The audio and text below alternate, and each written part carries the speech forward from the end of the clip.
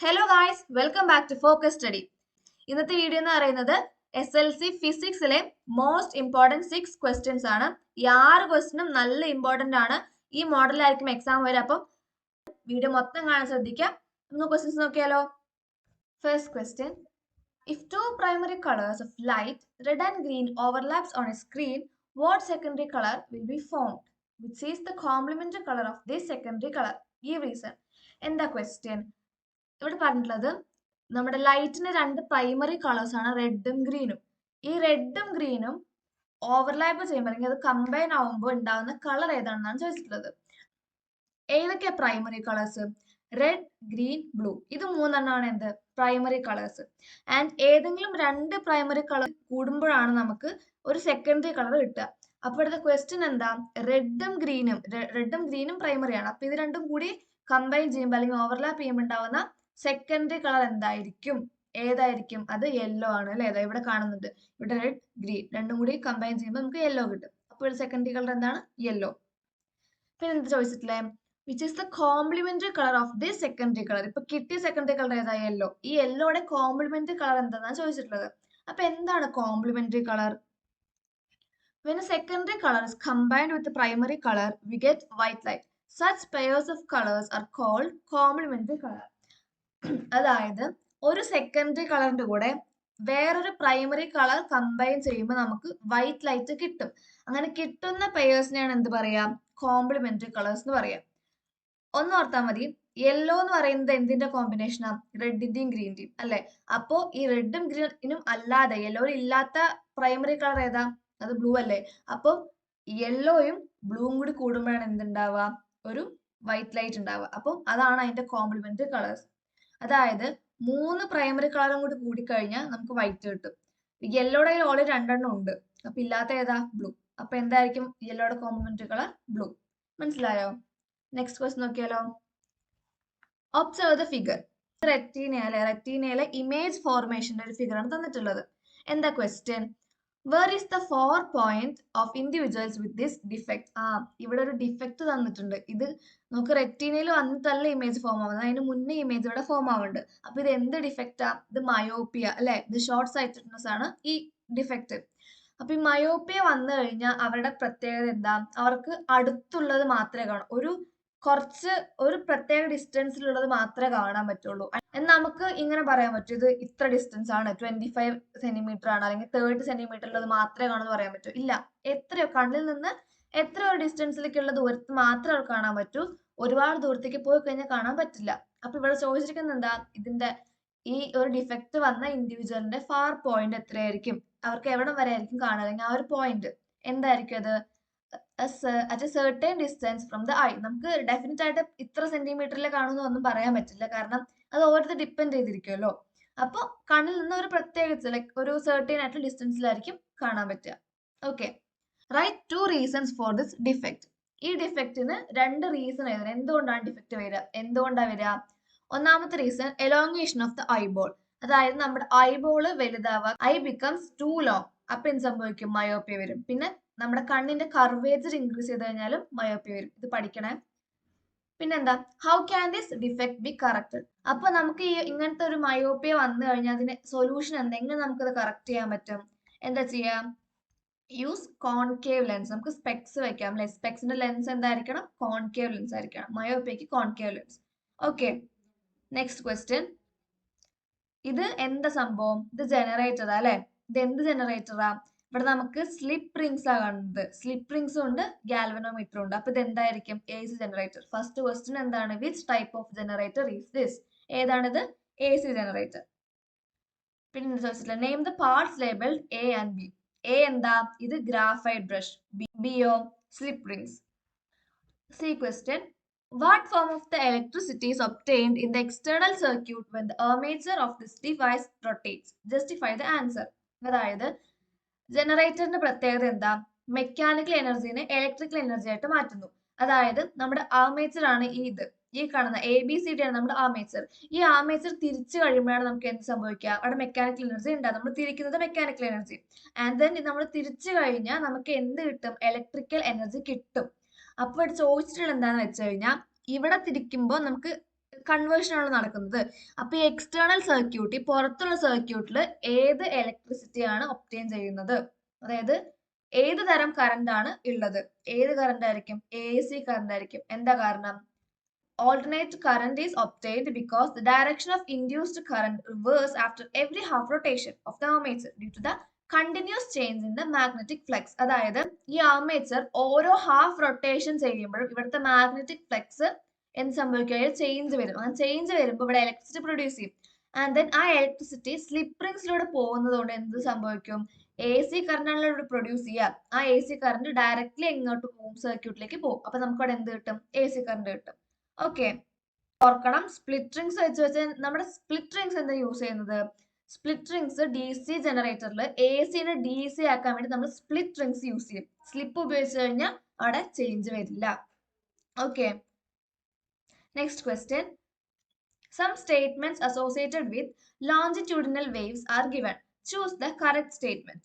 ഉള്ളത് ലോഞ്ചിറ്റ്യൂഡിനൽ വേവ്സുമായിട്ട് ബന്ധപ്പെട്ട സ്റ്റേറ്റ്മെന്റ്സ്, കറക്റ്റ് സ്റ്റേറ്റ്മെന്റ്സ് ചൂസ് ചെയ്യാനാണ്.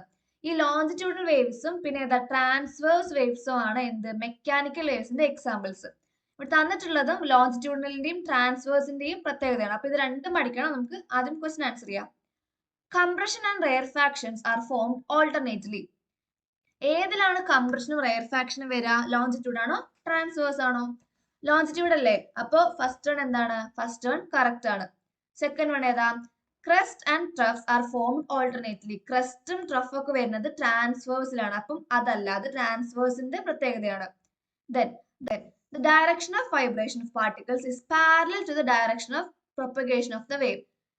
ഇത് സൗണ്ട് പ്രൊഡ്യൂസ് ചെയ്യുമ്പോൾ വേവിന്റെ ഡയറക്ഷന്റെ പാരലൽ ആയിട്ടായിരിക്കും അതിൽ പാർട്ടിക്കിൾസ് വൈബ്രേറ്റ് ചെയ്യാന്നാണ് പറഞ്ഞിട്ടുള്ളത്. അത് ശരിയല്ലേ? അതെ. ലോഞ്ചിറ്റ്യൂഡൽ വേവ്സിൽ എന്തൊക്കെയാണ്? കംപ്രഷനും റെയർഫാക്ഷനും ആണ് ഉള്ളത്. അതുപോലെ പാർട്ടിക്കിൾസ് പാരലൽ ആയിട്ടാണ് വൈബ്രേറ്റ് ചെയ്യുക. അപ്പൊ ട്രാൻസ്വേഴ്സിൽ എങ്ങനെയായിരിക്കും? ട്രാൻസ്വേഴ്സിൽ ക്രസ്റ്റും ട്രഫും ആയിരിക്കും. അതുപോലെ പാർട്ടിക്കിൾസ് പെർപെൻഡിക്കുലർ ആയിട്ടാണ് വൈബ്രേറ്റ് ചെയ്യുക. അത് തെറ്റിപ്പോയത് ഓർത്ത് വെക്കണേ. അപ്പൊ ഇതിന്റെ ആൻസർ എന്തായിരിക്കും? 1ഉം 3ഉം, option B. Next question.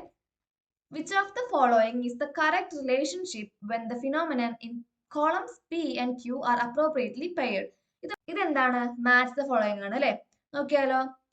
Dispersion. Dispersion എന്ന് വെച്ചാൽ എന്താണ്? ഡിസ്പേർഷൻ വൈറ്റ് ലൈറ്റ് അതിന്റെ കോമ്പണൻസിലേക്ക് സ്പ്ലിറ്റ് ആവുകയാണ് അല്ലെ? അപ്പൊ അങ്ങനെ സ്പ്ലിറ്റ് ആകുമ്പോഴാണ് എന്ത് സംഭവിക്കുക? റെയിൻബോ ഉണ്ടാവുക അല്ലെ? അപ്പൊ ഫസ്റ്റ് എ എന്തായിരിക്കും? The rainbow. Next one scattering. Scattering എന്ന് വെച്ച് കഴിഞ്ഞാൽ നമ്മുടെ വൈറ്റ് ലൈറ്റ് ആകാശത്തിലെ കുഞ്ഞു കുഞ്ഞു പാർട്ടിക്കിൾസിനെ തട്ടിയിട്ട് അതിന്റെ ഷോർട്ടർ വേവ് ലെങ്ത്തുള്ള കളേഴ്സ് ഇങ്ങനെ എന്താ പറയുക സ്പ്ലിറ്റ് ആവുന്നതാണ് സ്കാറ്ററിംഗ്. അപ്പൊ അതിന്റെ എന്ത് വരും? Blue colour of the sky. Then Tyndall effect. ഈ ടിൻഡൽ എഫക്ട് കാരണമാണ് എന്തുണ്ടാകുന്നത്? പാത്ത് ഓഫ് ലൈറ്റ് വിസിബിൾ ആവുന്നത്. ഇതെല്ലാം ടെക്സ്റ്റിൽ പഠിക്കാനുള്ളതാണ്, ഇതൊക്കെ പഠിക്കണം. സോ ടിൻഡൽ എഫക്ട് എന്ത് വരും? Path of light is visible. അപ്പൊ ഇതിന്റെ ആൻസർ എന്താ വരിക? Option C. അതായത് A dispersion the rainbow, scattering blue colour of the sky and Tyndall effect path of light is visible. Next question. Two heaters A and B operate at 230 volt. Heater A draws 2 ampere current and heater B draws 2.5 ampere current. Calculate the power of the heaters in the figure. നമുക്കിവിടെ രണ്ട് heaters തന്നിട്ടുണ്ട്, heater എയും heater ബിയും. ഇതിൽ രണ്ടിനും same voltage ആണ്, പക്ഷെ current മാത്രം വ്യത്യാസമുണ്ട്. നമുക്ക് എന്താ കണ്ടുപിടിക്കേണ്ടത്? പവർ ആണ് കണ്ടുപിടിക്കേണ്ടത്. പവറിന്റെ ഇക്വേഷൻ എന്താ? Voltage into ampere. അപ്പൊ ഈസി ആയിട്ട് കണ്ടുപിടിക്കാലോ. ഞാൻ ഇവിടെ ഹീറ്റർ എയുടെ പവർ P1 എടുത്തിട്ടുണ്ട്. അപ്പൊ P1 will be equal to voltage into current. അപ്പൊ എന്ത് വരും? 230 ഇൻറ്റു 2 വിച്ച് ഈസ് 460 വാട്ട്. പവറിന്റെ യൂണിറ്റ് ആണ് വാട്ട്. ദെൻ ഞാൻ ഇവിടെ ഹീറ്റർ ബിയുടെ എന്തെടുക്കാം? നമുക്ക് P2 എന്ന് എടുക്കാം. അപ്പൊ എന്ത് വരും? P2 equal to same equation, voltage into current. 230 into ഇവിടുത്തെ കറന്റ് 2.5 ആംപിയർ ആണ്. അതെന്ത് വരും? 575 watt. Okay, next question. Which heater has high resistance? അപ്പൊ നമുക്ക് ഇനി എന്ത് കണ്ടുപിടിക്കണം? റെസിസ്റ്റൻസ് കണ്ടുപിടിക്കണം. അതിന്റെ ഫോർമുല എന്താ? Resistance equal to V by I, voltage by current. നമുക്ക് രണ്ടും തന്നിട്ടുണ്ട്. അപ്പൊ ഈ സൈഡ് കണ്ടുപിടിക്കാലോ. ഇവിടെ ഞാൻ സെയിം രീതിയിൽ ഹീറ്റർ എയുടെ R1 ഇട്ടു. R1 equal to V by I, 230 by 2 എത്ര വരും? 115 ഓം. റെസിസ്റ്റൻസിന്റെ യൂണിറ്റ് എന്താണ്? ഓം. ദെൻ നെക്സ്റ്റ് ഹീറ്റർ 2 ആണ്, ഞാൻ റെസിസ്റ്റൻസ് R2 ഇട്ടു. അപ്പൊ അത് എന്ത് വരും? V by I which is 230 by 2.5. അത് എത്ര വരാ? 92 ഓം.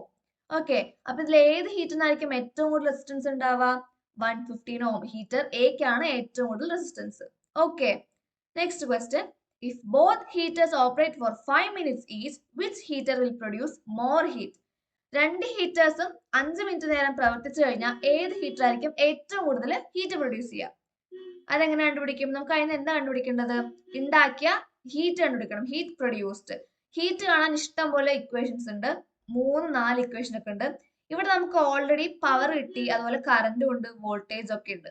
അപ്പൊ ഇതിനെ വെച്ചിട്ട് ഏറ്റവും ഈസി ആയിട്ടുള്ള ഇക്വേഷൻ വേണം നമ്മൾ യൂസ് ചെയ്യാൻ. അപ്പൊ നമുക്ക് ഇവിടെ എന്ത് യൂസ് ചെയ്യാം? H=PT, power into time use ചെയ്യാം. ടൈം ഇവിടെ 5 മിനിറ്റ് ആണ്. നമുക്ക് അതിനെ സെക്കൻഡിലേക്ക് കൺവേർട്ട് ചെയ്യണം. മിനിറ്റും സെക്കൻഡ് ആക്കണം. അപ്പൊ എന്ത് ചെയ്യണം? 1 മിനിറ്റ് എന്ന് പറഞ്ഞാൽ 60 സെക്കൻഡ്സ് ആണ്. അപ്പം 5 മിനിറ്റ് എന്ന് പറയുമ്പോൾ 5 × 60 വിച്ച് ഈസ് 300 സെക്കൻഡ്സ്. ഓക്കെ, അപ്പൊ ഹീറ്റർ 1, ഹീറ്റർ എ ആണ്. ഹീറ്റർ 1 എന്ത് വരും? P × T which is 460 into എത്ര വരും? ഇത് ടൈം കൺവേർഷൻ ആണ്. അപ്പൊ 460 × 300 വിച്ച് ഈസ് 1,38,000 ജൂൾ. ഹീറ്റിന്റെ യൂണിറ്റ് എന്താണ്? ജൂൾ. ഓക്കെ, അതുപോലെ നമുക്ക് സെയിം മെത്തേഡിൽ എന്ത് കണ്ടുപിടിക്കാം? ഹീറ്റർ 2യുടെ വാല്യൂ കണ്ടുപിടിക്കാം. Heater 2 means heater B which is PT, power into time ആണ്. സെയിം ഇക്വേഷൻ ആണ്. ഇവിടുത്തെ പവർ എത്ര കിട്ടിയത്? 575 വാട്ട് ആണ്. ആൻഡ് 575 ഇൻറ്റു ടൈം സെയിം ആയതുകൊണ്ട് 575 × 300 എത്ര വരും? 1,72,500 ജൂൾ. ഇപ്പം നമുക്കറിയാം ഏതാണ് ഏറ്റവും കൂടുതൽ ഹീറ്റ് ഉള്ളത്? ഹീറ്റർ 2-നാണ് അല്ലെ. അപ്പം heater B will produce more heat. മനസ്സിലായി? പവർ കൂടുമ്പോൾ നമ്മുടെ ഹീറ്റ് പ്രൊഡക്ഷനും കൂടും അല്ലെ. ഇവിടെ നമുക്ക് 460 വാട്ടേ പവർ ഉള്ളൂ, ഇവിടെ 575 വാട്ട് പവർ ഉണ്ട്. അപ്പൊ ഓട്ടോമാറ്റിക്കലി പവർ കൂടിയ ഹീറ്ററിനായിരിക്കും ഏറ്റവും കൂടുതൽ ഹീറ്റ് പ്രൊഡ്യൂസ് ചെയ്യാൻ പറ്റുക. ഓക്കെ, ഇത്രയുള്ള ഇന്നത്തെ ക്ലാസ് എന്ന് പറയുന്നത്. ഇവിടെ ഞാൻ മെയിൻലി 6 ക്വസ്റ്റ്യൻസ് ആണ് ഡിസ്കസ് ചെയ്തിട്ടുള്ളത്. ഈ 6 ക്വസ്റ്റ്യനും ഇമ്പോർട്ടന്റ് ആയിട്ടുള്ള ക്വസ്റ്റ്യൻസ് ആണ്. ഇത് ക്വസ്റ്റ്യൻ പേപ്പറിലൊക്കെ, നമ്മുടെ മോഡൽ പേപ്പറിലൊക്കെ വന്ന ക്വസ്റ്റ്യൻസ് ആണ്. അപ്പോൾ ഇത് തന്നെ വരണമെന്ന് ഞാൻ പറയില്ല, പക്ഷെ ഈ മോഡലായിരിക്കും എന്തായാലും എക്സാമിന് വരിക. എല്ലാവരും നന്നായി പഠിക്കുക. അതുപോലെ തന്നെ വീഡിയോ ഇഷ്ടപ്പെട്ട് കഴിഞ്ഞാൽ ലൈക്ക് ചെയ്യുക, ഷെയർ ചെയ്യുക, സബ്സ്ക്രൈബ് ചെയ്യാൻ മറക്കരുത്. Thanks for watching. Signing out. Make നയൻഡം.